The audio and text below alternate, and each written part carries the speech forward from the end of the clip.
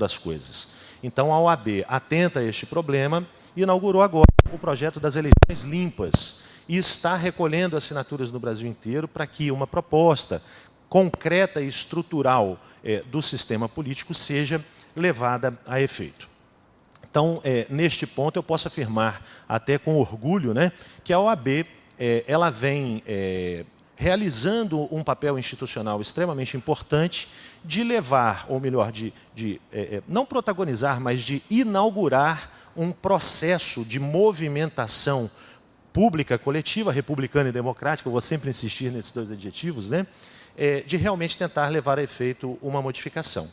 Mas só a OAB ou só as outras instituições da sociedade civil organizada não são capazes de levar isso a efeito. Nós precisamos de um engajamento, precisamos realmente da participação política de toda a população para que a coisa realmente saia do papel e chegue à efetividade. Agradeço nesse primeiro momento a participação de vocês. Nós vamos encerrar esse primeiro bloco do nosso bate-papo. Lembrando que na volta nós teremos pergunta da plateia que nos assiste, que nos acompanha aqui, para ambos os convidados. Você que está assistindo pela TV Legislativa, não sai daí. Voltamos em instantes com o nosso diálogo público, ou diálogos públicos, hoje discutindo os aspectos gerais da reforma política. Estamos apresentando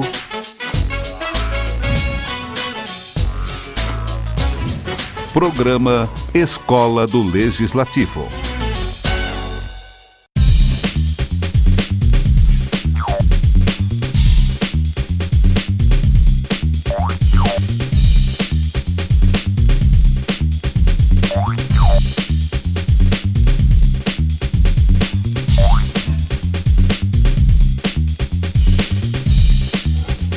Educação para a Cidadania. Conheça a exposição completa dos painéis temáticos na Câmara Municipal de Uberlândia. Câmara Municipal de Uberlândia. Um novo tempo. Uma nova Câmara.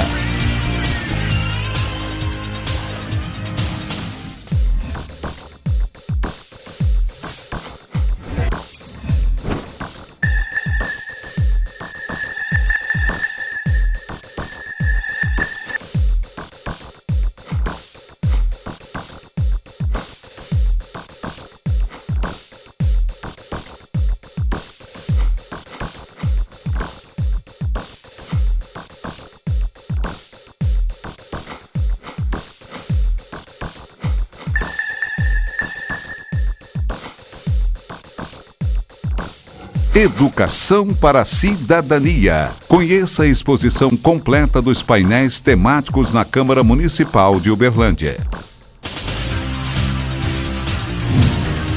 Câmara Municipal de Uberlândia. Um novo tempo. Uma nova Câmara.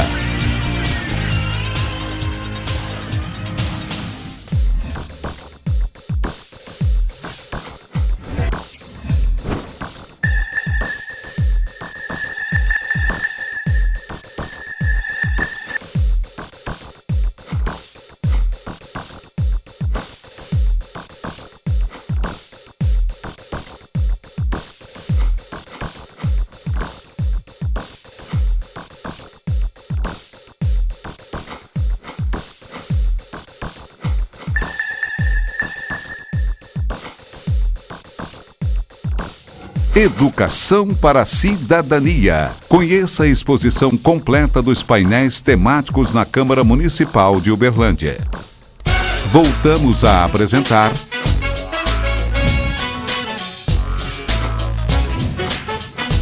Programa Escola do Legislativo.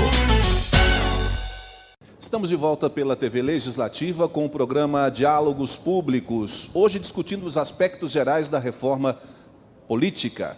Participam deste programa os convidados: Dr. Ricardo Viola, advogado, representante da OAB de Uberlândia, professor universitário, e também o professor Edilson Gracioli, Dr. Edilson Gracioli, da Universidade Federal de Uberlândia. Bom, eu quero aproveitar aqui o gancho que o senhor deu da última resposta para passar a bola para o senhor, doutor Ricardo.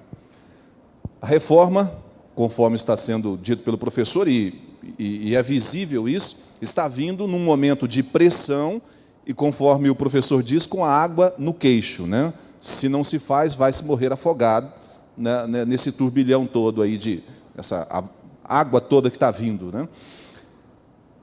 Não dá para criar um mecanismo para se exigir de tempos em tempos que o assunto seja discutido, e não nesse tempo todo, nessa distância toda de 20 anos. Não tem como criar um mecanismo legal para isso, que não fique só dependendo de pressões como essa que veio agora, no meio do ano, das manifestações pelo país? Me parece que possível seria, mas eu não sei se seria necessário, útil ou conveniente, né? Por quê? Por exemplo, quando a Constituição de 1988 chegou, existia uma previsão lá nos atos das disposições constitucionais transitórias que, em 5 anos, e, portanto, em 1993, ela sofreria uma reanálise, né? E, naquele momento, justamente um momento de turbulência político-social, que estava em curso naquele momento, aquela reforma constitucional que poderia ser realmente de grande valia, sucumbiu. E as reformas foram realmente extremamente tímidas naquele momento. Me parece que, quanto mais regra, pior. Mas, evidentemente, que um ambiente político absolutamente desprovido de regras também não seria adequado. Então, nós temos que atingir um meio termo nisso aí.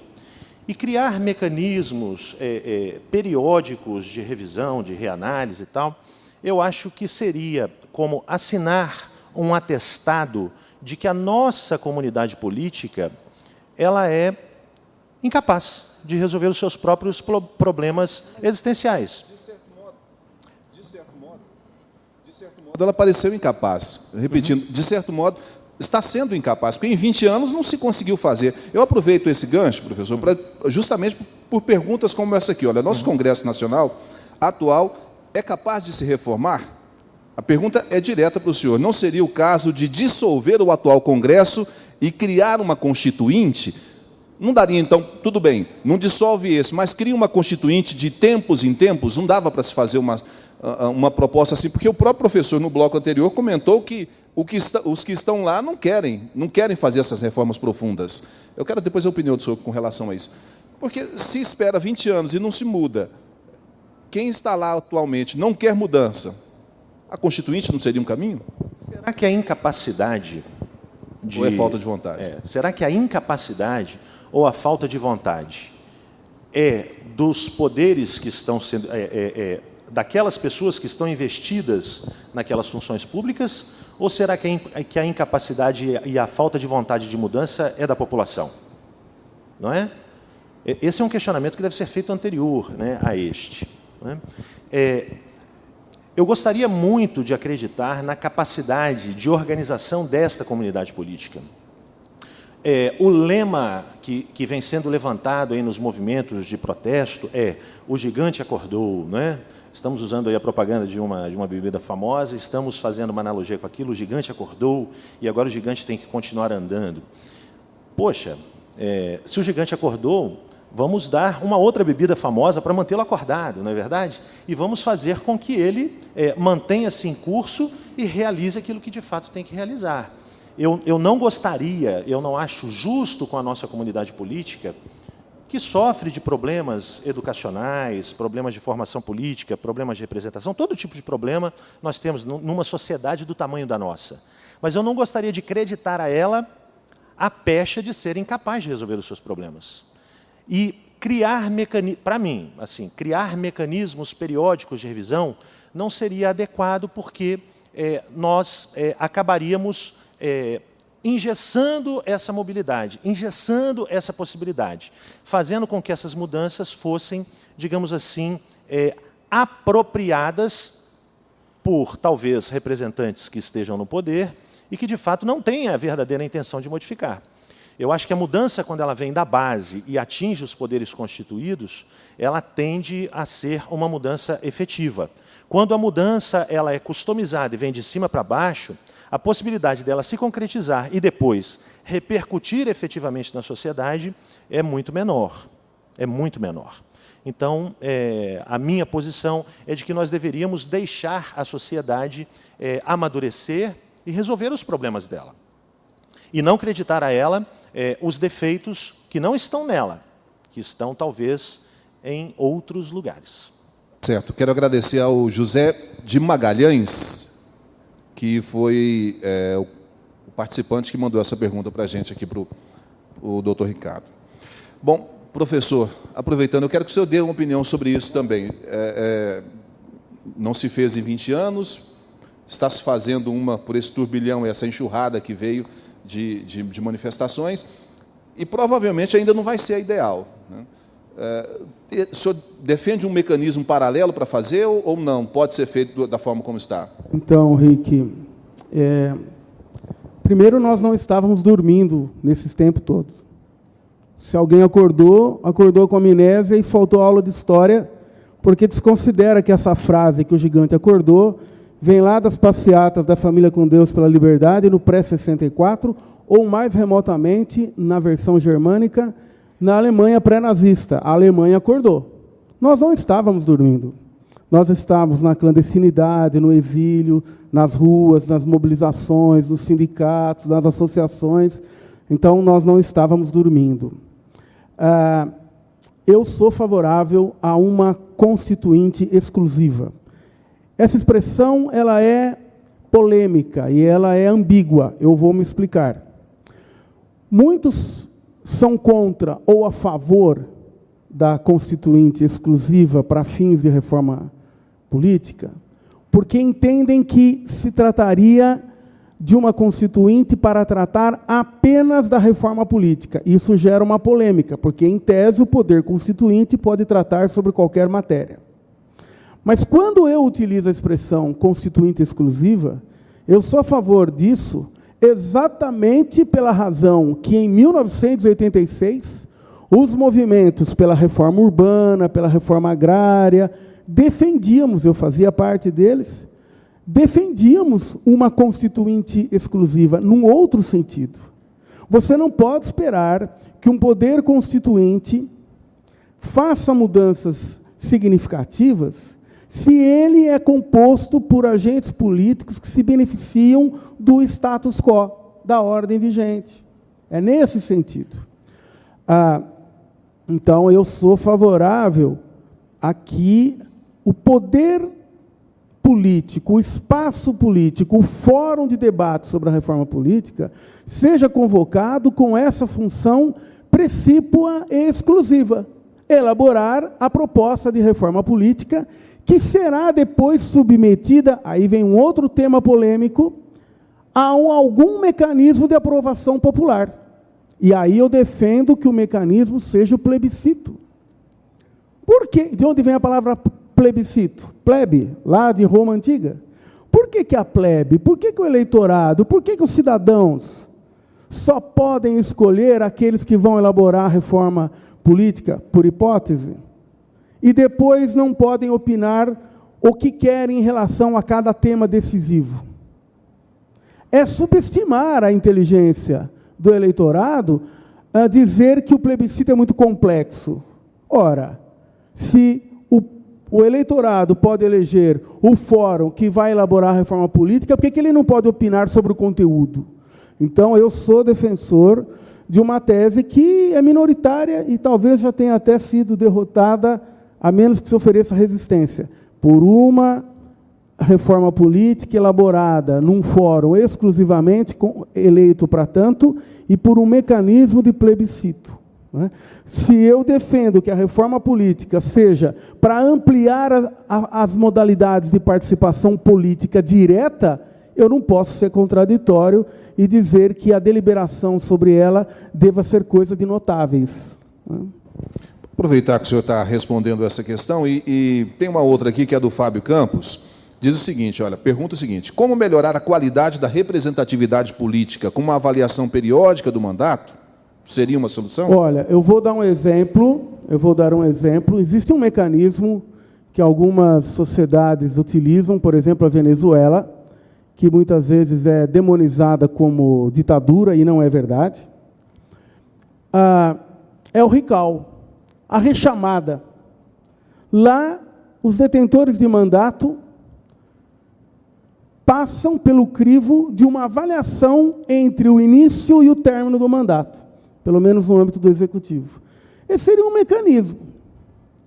Nós poderíamos também ter um mecanismo, e hoje ele existe em parte, da fidelidade partidária. O que é a fidelidade partidária hoje? Alguém se elegeu por um partido, isso já nos remete ao debate sobre sistema de voto, né, proporcional, depois a gente discute isso. E se, salvo exceções muito específicas, ele mudar de partido, ele perde o mandato. E eu defendo isso, porque ninguém se elege sozinho.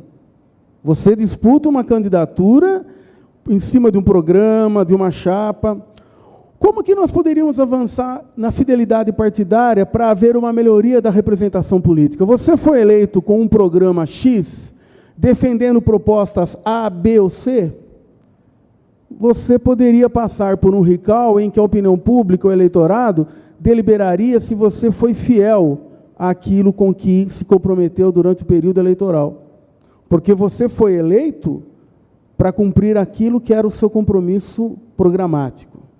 Agora, o grande mecanismo, e aí não é uma coisa específica, é muito abrangente, para melhorar a qualidade da representação política, passa por um acompanhamento mais fino, de peneira mais fina, do eleitorado sobre os eleitos.